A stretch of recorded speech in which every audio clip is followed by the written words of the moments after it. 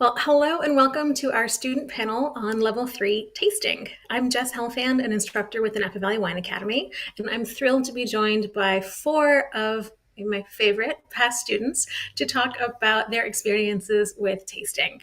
We have Jenna from Philadelphia, Jade from Atlanta, Elias from Orlando, and Shani from Phoenix. So thank you guys so much for being here with us today. So the level 3 exam, it's a challenging task.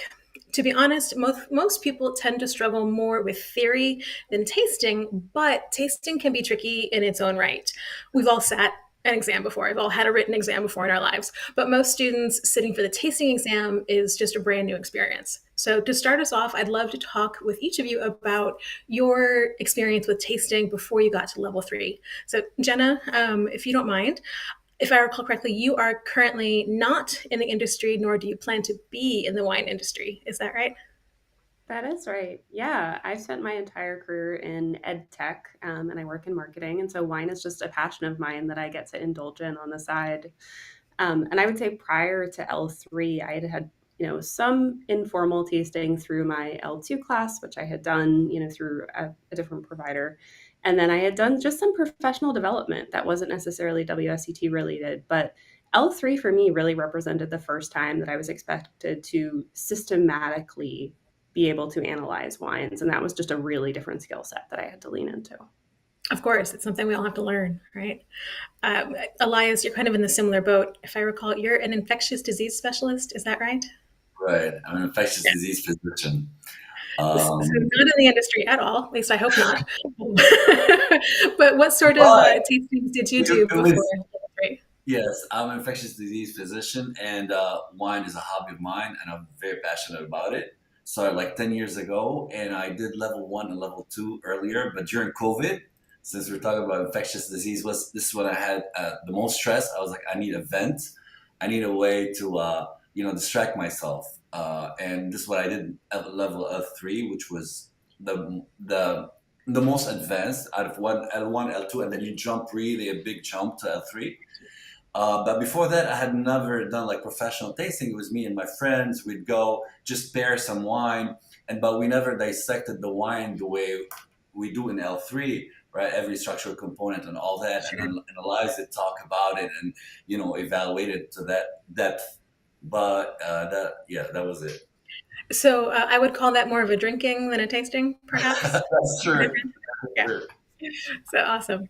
And Jade, you're in the industry. You're a wine buyer for a local shop in Atlanta. Were you in that role before you started level 3? I was not. No, I was working at a another local shop as a retail associate, and that's kind of where I decided to start on my certification journey. I started out with level 2, and that's when I also started blind tasting.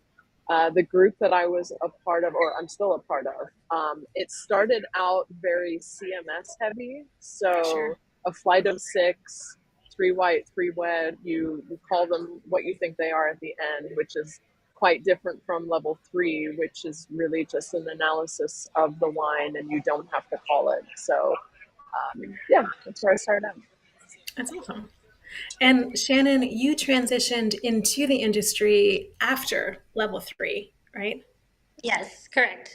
So I was a mortgage underwriter for almost a decade, about 9 years. And when rates started going up, I got laid off in 2022. And I knew I wanted to get into the wine industry somehow. I actually went CMS first, levels 1 and 2, and then I started knocking out WSET. So before this, I didn't really have any tasting, experiences, especially not breaking things down structurally in Sure. this way. So besides, just the basic skills learned in level 2, I didn't have experience following a specific format like this. And you work with a distributor now, is that right?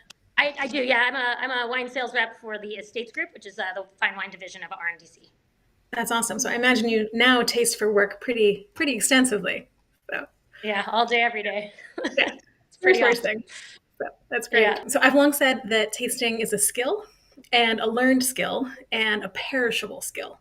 And everyone is going to have some aspect that's going to need more work than another. So I'd love to know for each of you what you found to be your biggest hurdle, and if there was a technique you had to overcome that. Shannon, from when we were chatting before, because you and I had done some one-on-ones as well, I remember alcohol was kind of a difficult one to wrap your mind around.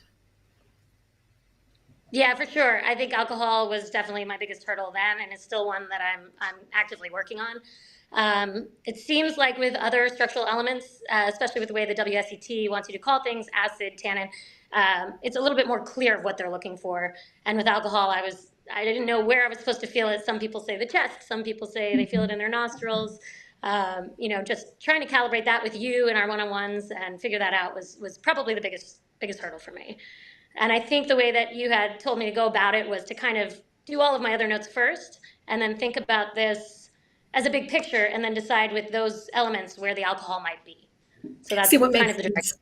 Yeah, yeah. Right. And sometimes, like, even for myself, there's some wines we just really can't tell. Like, if nothing's burning, if it's really well integrated, so kind of taking a step back from it can sometimes be a big help. And Jade, Mhm. you kind of struggle with alcohol sometimes as well, right? Particularly when it's well integrated. Yes, and it's same for me, like something I'm still working on. I know what helped was doing flights of all high alcohol wines and Yes. really trying to get the sense of what it feels like, even with a well integrated wine. It can be hard when you're spitting wine to feel it. Um, but I think that helped me the best in calibrating my alcohol. That's awesome. That's awesome. Yeah, having a flight of things that are alike or a flight of things that are different and looking for those benchmarks for ourselves is so valuable. Elias, I remember tannins being something challenging for you in particular. So, what were your thoughts trying to So it pin was that down? the tannins and the finish were like the two main things. Tannins because I'm very used to drinking Barolos, and a lot of Nebbiolo, Barolo, Barbaresco, and I love Italy. I've been there multiple times. And when some instructors or some of the tasting leaders say this is high, I was like, this is not. So then I realized, okay, everybody's used to certain wine, and it's relative and subjective, obviously, and this is what they're used to. So that was my biggest struggle. Then I realized, you know what, I gotta fine tune my taste buds to the instructors, and this is basically for the test. And everybody has its own. What is the highest for them? What is the lowest? It's like if somebody's used to drinking Pinot all the time, Yeah. so sometimes they're gonna overrate like the level of tannins. Same thing for the finish, like the way people would count, and it was like, what am I looking for? That was the biggest struggle. And some people have 5 seconds, some people have 10. If you YouTube it, some people go like 20 or 30. So it was these two were the main struggle for me, the finish and the tannins, I would say. I love taking the idea of what our own personal experiences are and how that's impacted our palate, and then thinking about the big picture of things, thinking about like the end of the spectrum is a spectrum unto itself, and that everybody is going to experience these things a little bit differently. Like personally, I drink a lot of high acid white wine. Like there's a reason they call me the champagne princess at work. And so I have to make sure to practice with those big tannic wines during tastings, because it is something that is a struggle for me, because it's not what I reach for pleasure as well. So it's always a bit of a challenge finding those benchmarks for yourself. I agree. Uh, Jenin, with a different element, I remember acid was a little bit of a challenge for you as well. Yeah, I knew that there was a reason we got along, Jess. And what's in my fridge right now is South African Chenin Blanc and champagne. So I'm right there with you. And even with that, I found I was really struggling with acid. And for me, I was so focused on sort of backing my way into a technique that I wasn't really focused on how I was experiencing the wines differently. And so what I did is I really used the kind of calibration kit, and I sat down and I really thought about how I was experiencing a high acid wine versus a medium versus a low. What were the sensations in my face that were kind of changing? And once I kind of locked in on those sensations, it became like a personal technique. And so it was just a really good reminder for me that we all experience these wines differently. And you do have to kind of take that minute and reflect on what works for you and what's your sensation and your experience with those individual wines. So that Absolutely. was a big unlock for me. Yeah. Yeah, that's really helpful. Like there's no one size fits all, no one technique for everybody. We can say what works for a lot of people, but it may not work for you. So that's really great. And Jade, in terms of calibration and structure, I remember you mentioning that you'd like to start in the middle of the scale and then go from there. How does that work for you? Honestly, I believe it was something you taught me during L3, is that it's so easy to just go on either end of the spectrum when you're tasting a wine blind. And starting in the middle really forced me to let the wine speak for itself and tell me, okay, if this is a high acid wine, I'm going to be able to recognize that immediately and move off of that medium acidity really quick. Or if it's low acid, I'm going to be able to move off of that really quick. But if I'm just middle of the road, I'm giving the wine a chance to tell me exactly what it is instead of me just thinking, okay, this has got to be high acid because X, Y, and Z. Yeah, that's great. Yeah. We've been talking about structure, but what about aromas and flavors? There's a whole bank of characteristics that are included on that SAT card. Elias, how did you work through any of those aromas, flavors that may have been unfamiliar? I spent my time in the supermarket next door. I went and bought all the spices because I mean I don't cook much, and a lot of spices I wasn't used to like smelling them or recognizing them. So I went to the spice section, uh, to a florist. I bought some sort of flowers. The oil place is the one that mixes, let's say violets. You can buy those little things, right? Violets or fennel or all that to recognize what fennel I had never, or cloves, certain Sure. things. So I bought all those fruits, the exotic fruits that I'm not used to eating, like, dragon fruit or passion fruit. So I had to go, I would keep them in my fridge. And I'm very OCD, especially when it comes to wine. So I would go to my fridge multiple times a day, smell it again, or open the cabinet and smell the spices again and the oils, just to know like this is how violets smell like, this is how fennel smell like, this is how cardamom smells like. And at the end, I was ready to start baking actually. There's always a place in the kitchen. That sounds perfect. But building those sense memories so that when you do smell something, you can recognize it. I think that's fantastic. Shannon, when we were working through some of your aromas and flavors, I remember you had like kind of a little light bulb moment where previously you've been making it maybe a little bit harder than it needed to be. Yeah, I think I was struggling at first because I was just trying really, really hard to be creative or fancy or come up with unique individual, aromas or flavors characteristics.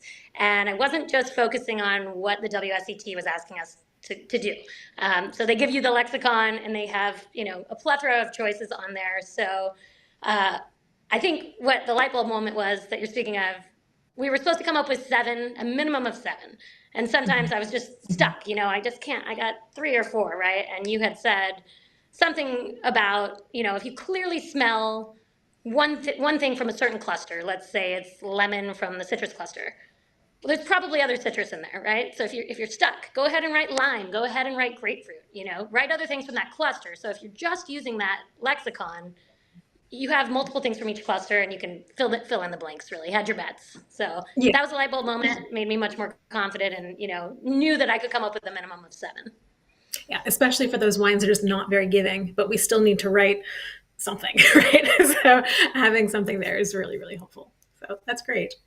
Um, so this is a challenging sort of experience to go through, particularly in isolation. So I'd love to know what sort of tasting practices you did outside of class. Jade, you mentioned your tasting group that was a little bit more CMS focused. Yeah, so I have that tasting group that I'm still a part of. I go to every Sunday, and they would also mix in some WSET testable things that were not CMS testable, so that was helpful. I Mhm. would ask friends to blind me on things. I would ask for specific flights, like the high alcohol flight, or some sort of structural component that I knew I needed to work on. And I've continued that practice because, like you said, it's a perishable skill, so you got to keep doing it. Yeah, absolutely. Absolutely. Um, Jenna, you had some help maybe closer to home when you were tasting? I did. I'm super lucky in that I have a partner who is as passionate about wine as I am, and so he and I spent a lot of time calibrating off of each other, and really kind of making sure that we were thinking about the wine the same way, tasting the wine the same way, calling the wine the same way. And so that was just so helpful. All I had to do was walk into my kitchen and I had a tasting partner. And then we also did the exam labs, which we did about a month before our exam. The timing was perfect. I have a ton of test anxiety, and it really helped me kind of get into that mentality and get ready for it. But I think regardless of, whether it's someone in your kitchen or a friend outside your kitchen, it's just not something that you can do alone. And you definitely have to have that partner and that support base. Yeah, somebody to give you a little hand is always helpful. Elias, you found that in your neighborhood bar, if memory serves. Is that Right. right? So yes, they would do a tasting, and I would go there once a week. But I will nerd it up. I'll bring the whole chart from WSET, and I start writing it down. Everybody else is enjoying and drinking their wine. I'm writing down, and I'm sorry, down and spitting and all that. So that was a very different experience, but that helped me a lot. And I did this. I think the bottles that you guys gave us, I bought Mhm. multiple, and I tried them maybe I think 3 or 4 times each bottle, just to calibrate my taste buds with the instructors, and I know like this is what they think of high acid, this is their medium tannin, this is what a long finish for Yeah, them. So I did it multiple times just to make sure I got it right, and it got better after second, third, after each time it kept getting better. yeah, it's awesome with repetition. That's great. Yeah, yeah. Shannon, you made a point to link your tastings with your theory, right? And using some of those benchmark samples. I think you went so far as to make some TikTok videos. Can you I talk about did, yeah. that? Yeah, so, I had signed up for one-on-ones with Jess, which was great, but besides that, I really didn't have a tasting group here. I didn't have anyone. I was basically on my own. And so after each chapter, what I would do is go buy a couple of wines from that region and then, open them up and teach back. And I thought, that would help me to teach what I learned and taste in real time after each chapter. So I made some TikToks. I actually did one for every single section on theory. I would taste a couple of wines from that and then describe the wine and explain why it tasted the way it did based on, what we learned in the book.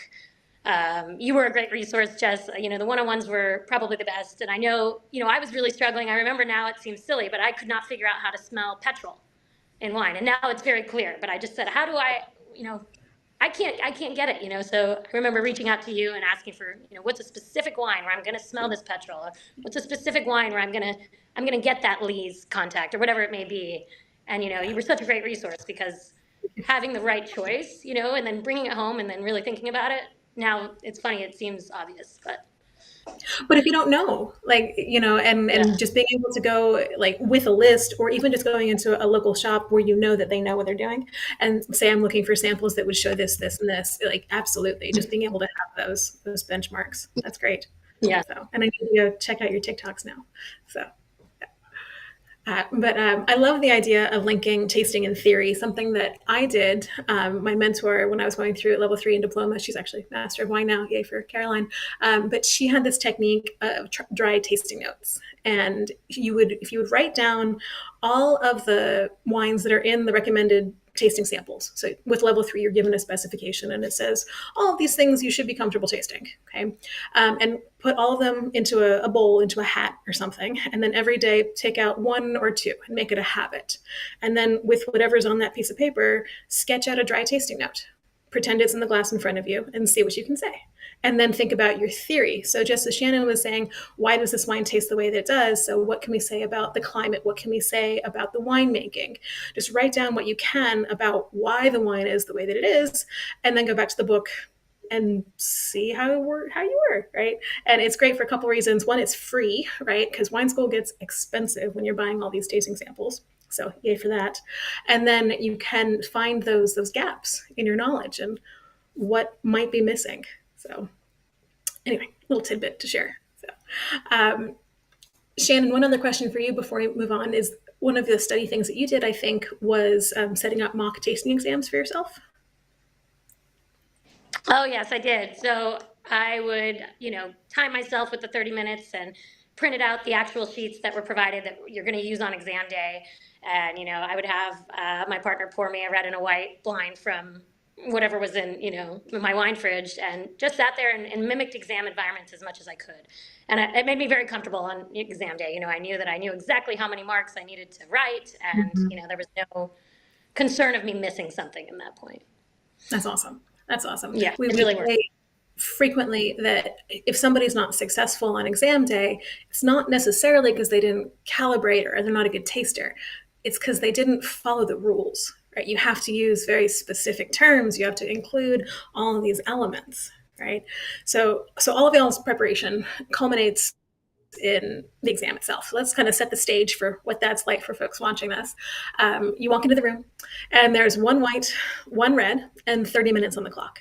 Okay, and all we need to do, all right, is hard, but what we need to do is to write notes according to the systematic approach to tasting. So identification is not required. We describe what's in the glass. I found over the years that the 30 minutes can be a challenge for folks because you have to stay seated the whole time, right? And so if you finish with, say, 5 minutes left on the clock, what do, right? How do you prevent yourself from going back and second guessing everything that you wrote? So Shannon, I'll go back to you one more time. How was the day for you after all of that preparation that you put in? It was good, although I made a huge rookie mistake. So when I was swirling my red wine, I spilled the entire thing all over my tasting paper. And the tasting paper was two-sided, so my white notes were on the other side, and I flipped it over, and they were completely smudged. So I had to redo white, and I did second guess myself a little because now I'm doing it a second time, and I'm like, oh, is that in there or not? But redid everything and kind of wrote it on the side. I was flustered. I asked them, can I get another piece of paper? And they said, we're not allowed to give you another piece of paper. And so I just kind of wrote it on the side and then flipped it over. They wouldn't give me one. Yeah. So then I had to re-pour the red. And I'm very flustered, but it was fine. I think, again, having done that and, knowing exactly what I needed to do, I still got done in plenty of time. I still think I had 5 minutes left, even after all of that. So it worked. Well, it all worked out well. So in the end, so excellent. Jenna, so how was your exam day? You and Brian drove to Jersey City for your test? We did. And first of all, Shannon, you are my hero. I think I would have just crawled under the desk. So I think it's amazing to pull your composure back. We're based in Philly. We drove over to Jersey City to take the test. And I was so nervous about exam day. I think the first time I sent Jess a tasting note, it just said, I did terrible at this. I am so nervous, all in capital letters. And so I had spent a lot of time just thinking about things I could control in the room that would help me feel comfortable. And so I brought my own glasses because it was what I had used and what I had practiced with. I got there early, and what I found was I knew I was going to have between 3 and 5 minutes extra. And I really used that time to do two things. One was take a really deep breath in between the two wines, drink some water, reset myself. And the second was to just, instead of going back to what I called, make sure I had all of my points covered. I wanted to make sure I didn't miss anything and I wasn't kind of leaving myself open to a silly mistake of forgetting something. But I tried to almost ignore the text that was on the paper and really just focus on, did I cover all of my bases? And I felt that really helped kind of calm me down and not rethink everything I had tried to do in the first round. Yeah, that's fantastic. Elias, what was your day like? It was a mess. I was very stressed out, and I had taken medical school tests, weekly exams. This was making me sweat. So I kept second guessing myself mainly on acid and tannins because I'm an overthinker, and I'd be like, okay, my mouth is dry now. So am I overrating the tannins, or underestimating the acidity because my mouth is dry? And I calmed myself down. I was like, okay, now you're not, your mouth is not that dry. I started doing it again. And I kept going in circles. But at one point, I had to sit down. I was like, okay, there's only one point. The tennis is one point. They have other points to focus on. Just do whatever your gut feeling or your first impression is and just move on. And this is what saved the day. But other than that, it was just second guessing myself on these two elements. But it was, I liked it. It was like adrenaline rush. It was exciting. It was a good experience overall. Good, good, good. I'm not sure I've heard anybody describe it as exciting before, but I like that. I like the positive. I had an instructor who, when it was time for the test, he wouldn't say, like, now you have to take a test. He was like, you get to take a wine exam. Like, how fun is that? And so I really appreciate the mental part of it, of trying to take some of the anxiety that we all feel out of it. So that's awesome. Jade, what was your day like? I was so stressed out about the tasting portion. Not gonna lie, the whole 4 hour drive home, I cried because I swore I was gonna have to retake that portion. Um, I definitely could have done with less time because I spent the last maybe 5 or 7 minutes second guessing myself. I smelled the white, smelled the red, and I was like, okay, I'm pretty confident what I think the white is, but the red's not giving me a lot, so let me use more time to work with that red. And I don't know if it was nerves, it was probably nerves. I felt like I could get nothing out of that wine. And I was like, this can't be happening. Oh my God. So I took a breath, went to the white, felt comfortable with that, and then I went back to the red and said, okay, I'm starting to get things now. I'm cooling down, I'm chilling out. So it ended up being fine, but going into it and also leaving it was a bit of a stressful thing. Yeah.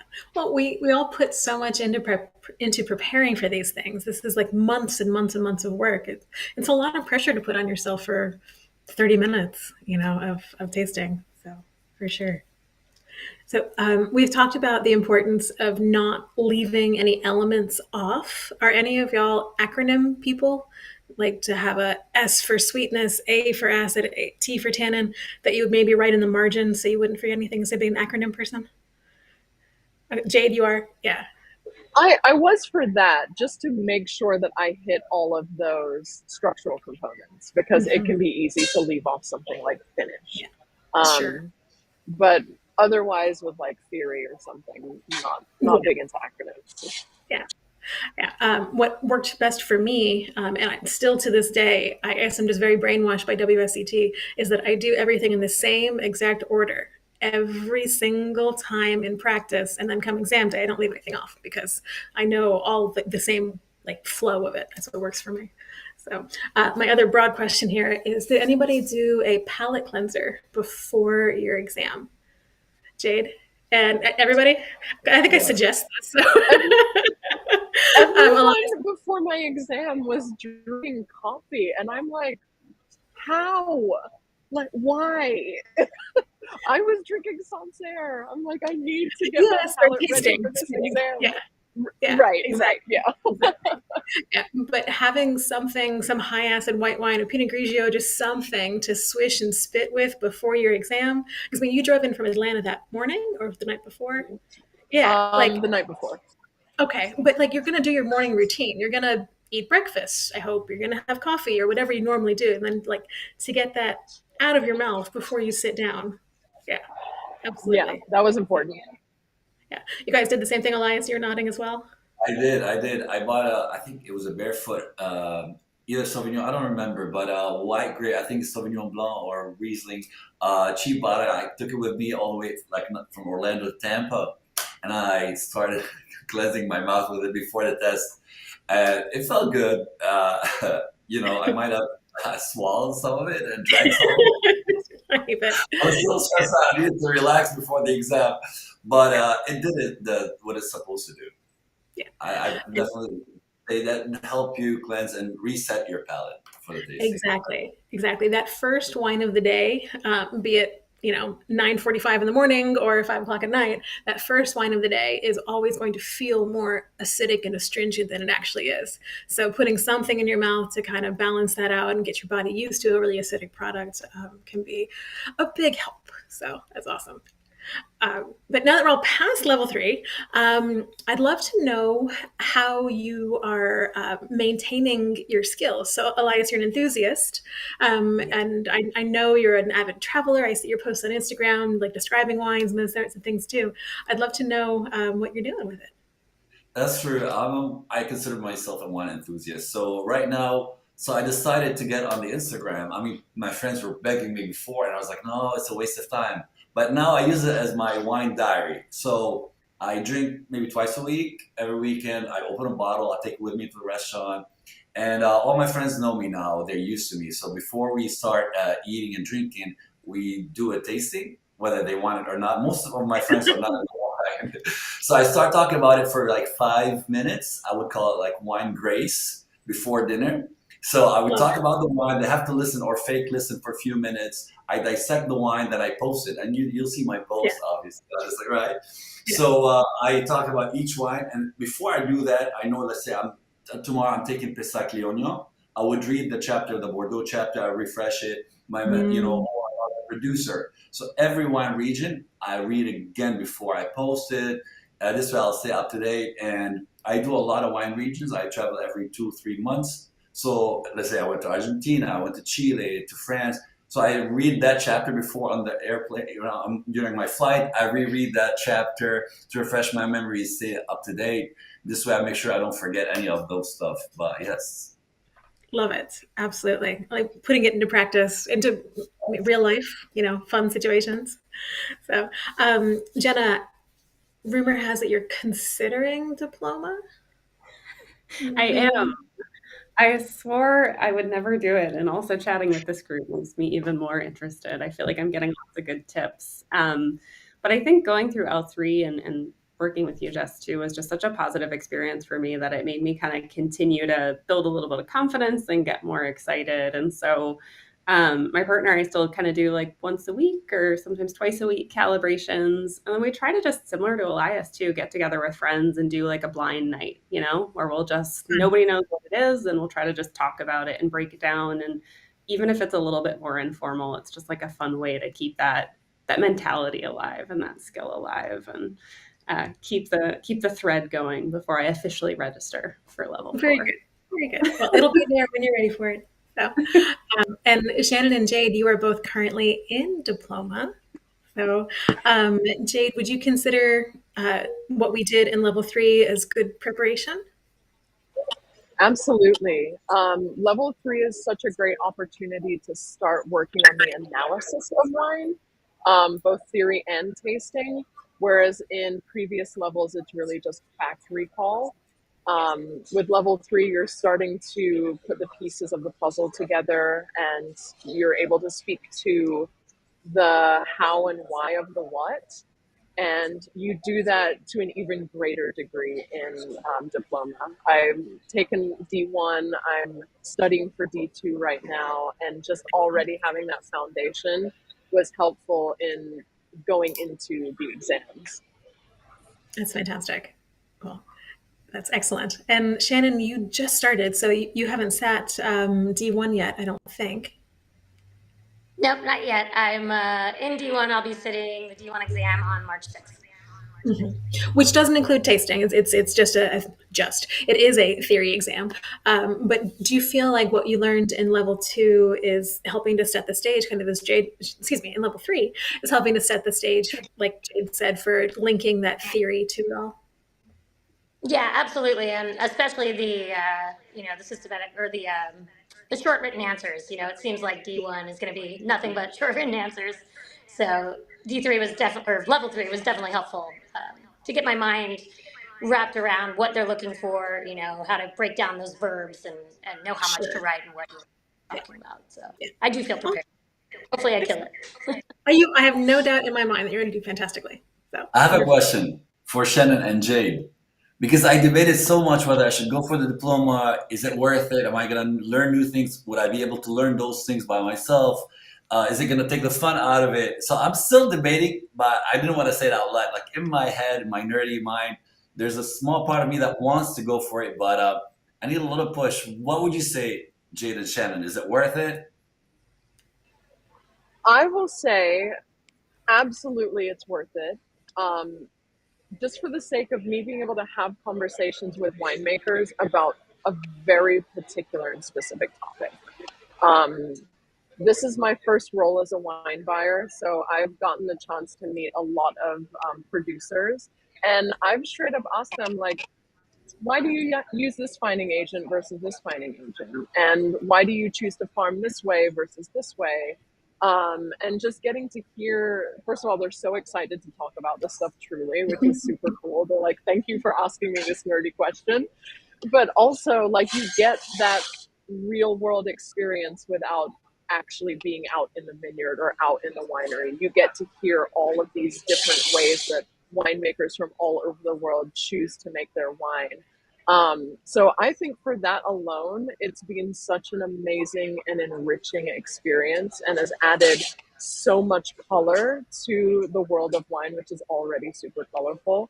So yeah, I say go for it. Okay, good. That's fantastic. I agree. I would say definitely go for it. I think, meeting all these people is going to be amazing in Diploma. So do it. Oh, I will.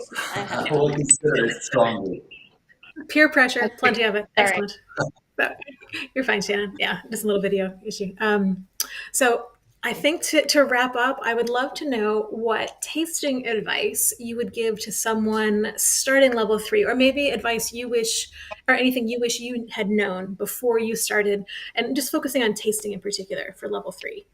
Shannon, do you want to give us a start? Yeah, I mean, I would definitely say just stick to what the SAT is telling you. Use that lexicon as often as you can throughout the course, and then as you get closer to exam day, practice exam settings without using the lexicon. Use it when you need it in the beginning to start to memorize those descriptors. But as you get close to exam day, you should have practiced enough to have that be second nature. Excellent. I love that, building those good, healthy habits with the SAT card in front of you. Make sure you're using the right terms, using the right words as you go, not leaving anything off. So that's excellent advice. Jenna, what would your advice be? I would say get really comfortable with the concept of a simple wine. Like taste simple wines and really practice with simple wines and really think about what makes them distinct. I think I was hesitant at first to kind of like think about that as a unique skill set, but really tasting whether it's Merlot or a Pinot Grigio and really understanding like what makes it simple versus something that's got a lot more going on. And so I would say don't skim over that. Definitely spend a little time on it. That's excellent advice. Simple wines are known to show up on exams. You're not guaranteed to have one, but it's a good possibility that either your white or red may be simple, something with a lack of multiple distinct characteristics. And I agree, students tend to struggle with these wines because they're kind of boring and we don't drink them. So, yes, understanding what they are and practicing with them is really good advice. Let's see. Elias, what would your advice be? I would say one thing that would throw me off sometimes, don't try to think about like the grape variety. So sometimes we tend to say it smells like Merlot, and you start describing Merlot, and this will affect the way you're thinking, and you start almost subconsciously describing Merlot, the acidity of Merlot, the plushness, the fruit profile.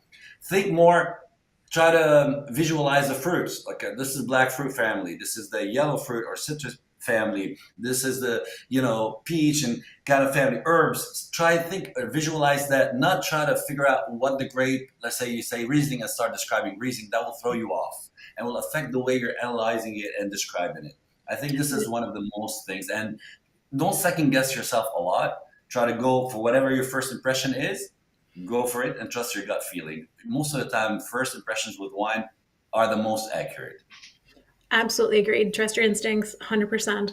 And it's so easy. We've all done it where you go and you nose a glass and you go, yeah, oh, well, that's clearly a Malbec, right? And then you start writing a note for Malbec regardless of what's in the glass. It's so easy to do. We've all been there. So, yeah. And Jade, what would your advice be?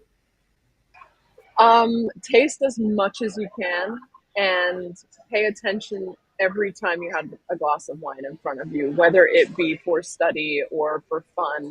Give yourself a couple of minutes to just go through that wine and see how much you can pull out of it in terms of aromas and flavors and structure, and just getting in the habit of analyzing wine gets you in a good mindset for the exam. Excellent. More really good habits to have.